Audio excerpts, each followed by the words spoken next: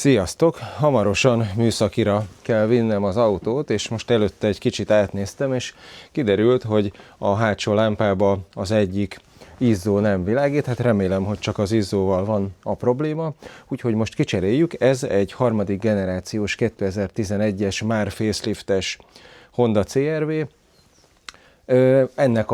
Meg fogom mutatni, hogy hogyan lehet leszerelni a lámpatestet, és hogyan lehet benne izzót cserélni. Nyilván ez egy típus specifikus dolog, de azért nagyon sok autónak egészen hasonlóan kell megcsinálni.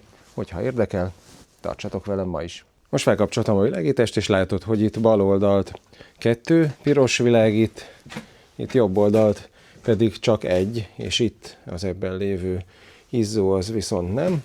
Itt van egy ilyen nagyobb 2 izzószálas, és itt pedig egy ilyen pici izzó. Ezt a kicsit kell most kiszednünk. A lámpatestet 2 csavar tartja, ami 2 ilyen műanyag fedél mögött található. Hát nekem az egyik az már sajnos elveszett, valószínűleg az előző tulajdonos hanyagsága miatt. Először egy lapos fejű csavarhúzóval ezt a 2 fedelet kell kipattintani.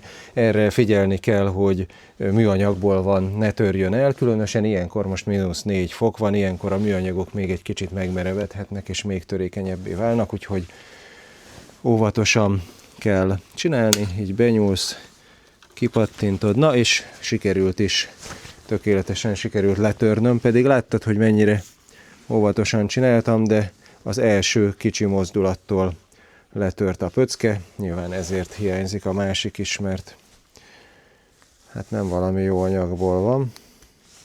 Szilánkosra tört, szóval egyszerűen egy hulladék. De ti azért próbáljatok meg vigyázni rá.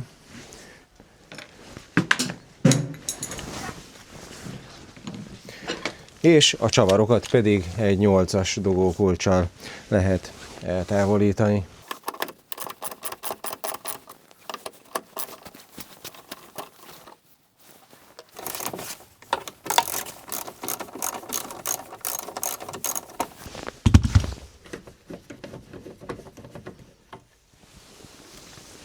Na és most, hogy a csavarokat kiszedtük, most még mindig a lámpa a helyén van, ugyanis még néhány ilyen pattintós pöcög tartja, úgyhogy most megint hát attól tartok, hogy itt valami eltörhet, de hát nincs mit tenni, ezt nem lehet máshogy leszedni, meg kell fogni, és meg kell húzni hátrafelé, és akkor elvileg kipattannak ezek a helyükből. Úgyhogy nézzük!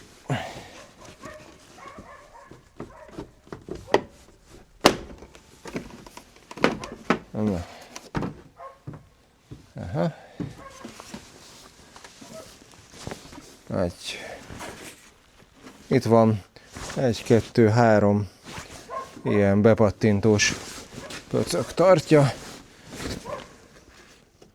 amiken ilyen kis szivacsos alátét is van.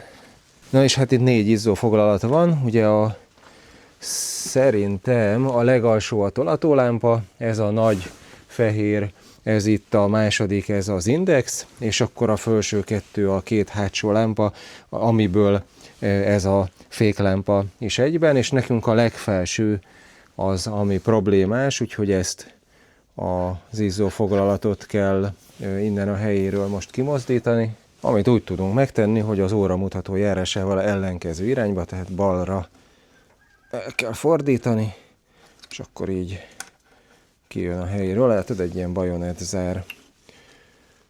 Hát itt egy picit látszik is, hogy meg van pörkölődve a foglalat, és hát egyértelműen látszik, hogy az izzószál az ki van égve, úgyhogy hát egyértelmű, hogy az izzóval van a probléma. Ez egy ilyen kicsi, ilyen kis lapos aljú izzócska, és mivel már elég sok autóm volt életemben, és azokat legalábbis az ilyen egyszerűbb dolgokat magam csináltam rajtuk, elég sok tartalék alkatrész van itthon, különböző izzók, tömítések, meg mindenféle van, és hoppá, szerencsére van egy ilyen izzó is pont itt tartalékba, egyet már elhasználtam, már nem emlékszem, hogy ebbe a kocsiba kellette, vagy korábban valamelyik másikba. Minden esetre van itthon ilyen, úgyhogy ki is tudjuk cserélni egyből. Mivel ennek ugye nincsen foglalata meg semmi, valójában csak így bele kell nyomni ide a két érintkező közé, így, és akkor ilyenkor az izzónak az üvegét érdemes letörölni, hogy az új lenyomat, a zsírossága ne maradjon rajta. Úgy. És akkor mehet is vissza a foglalat a helyére, ugye jobbra bedugjuk, jobbra visszacsavarjuk, és aztán a lámpatestet pedig ugye ez a 3 pöcök tartja, ezeket ide a 3 lyukba be kell célozni, és bele pattintani.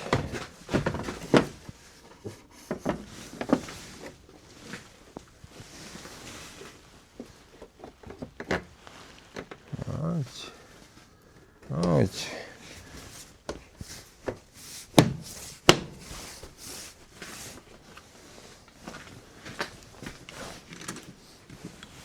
Majd mielőtt visszarakom a csavarokat, leellenőrizzük, hogy jól dolgoztunk-e és világít-e.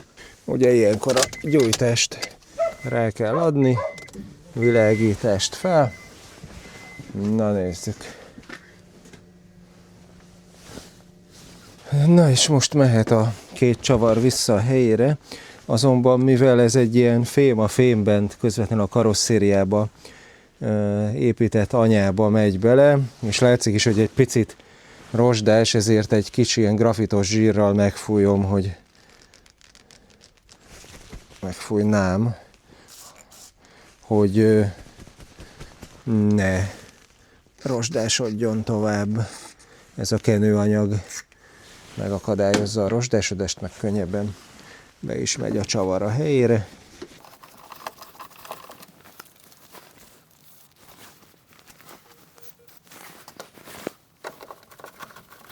És hát ezeket a csavarokat, mivel ugye műanyag alkatrészt fognak, nem szabad nagyon meghúzni, én nem is erőltetem a racsnival, hanem így kézzel, amennyire ezzel a hosszabbítószárral meg tudom húzni.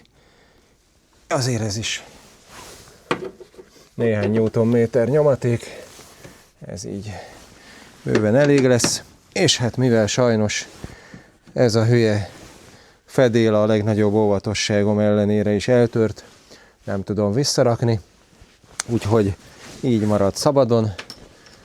Ennyi volt a munka, remélem, hogy hasznos volt a számotokra. Nyilván, ahogy mondtam, ez egy típus specifikus dolog, de igazából sok hasonló felépítésű autónak nagyon hasonlóan kell megcsinálni, úgyhogy remélem, hogy nem csak a CR-V tulajdonosoknak tudtam segíteni. Hogyha hasznos volt, kérek egy lájkot, iratkozz fel, ha még nem vagy, és találkozunk legközelebb. Sziasztok!